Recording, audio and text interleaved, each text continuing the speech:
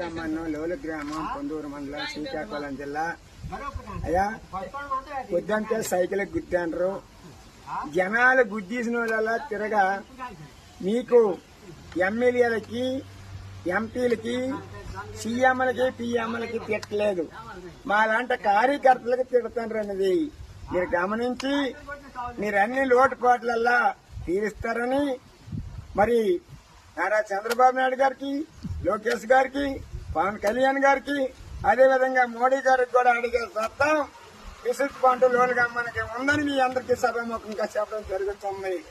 ఎందుకంటే నీ సైకిల్తో తిరుగుతున్నాం, మోడీ గారు జెండా పెట్టాం, అయ్యా నువ్వు ఊరికి వచ్చాం, ఓట్లు వేయమన్నాం, ఓట్లు వేయమంటే ఓట్లతోనే పాటలతోనే అమ్మ ఓడి లేదు ఎమ్మ ఓడి లేదని అన్నం తిడుతుండ్రు.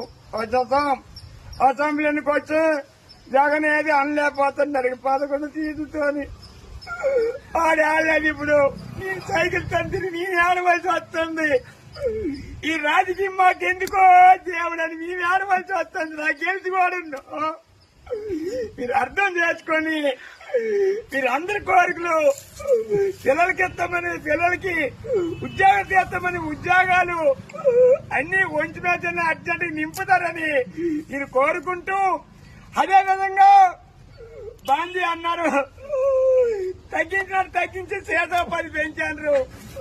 అన్ని రకాలుగా బాంధీ షాప్ గా జైలు తిడతారు కొడతాండ్రు, ఏ ఊరెళ్ళినా తిడతారు కొడతాండ్రు.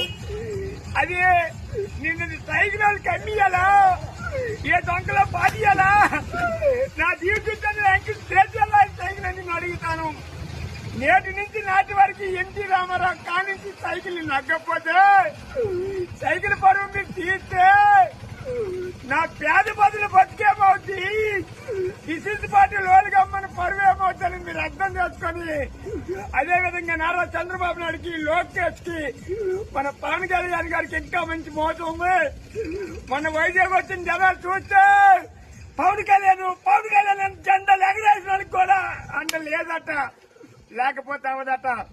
కొద్దిగా అర్థం చేసుకొని మీరు ఏదో గెలిచి ఏసీ రూములు అంటో హెలికాప్టర్లు అంటో ఎక్కడో మీరు తొమ్ముంటే ఈ పేద ప్రజలు బతికంటే ఎన్టీ రామారావు పేరు చెప్పుకొని మీరు గెలిచి మళ్ళా జగన్ మనం వెనక్కి వెళ్ళిపోను అనుకో మరి ముందుకు రాలేమని మీరు చెప్తూ ఈ ముగిస్తాను. జై శ్రీరామ్, అయ్యో మోడీ గెలుపు లోడుగా మన పిలుపు ఇది పెట్టు.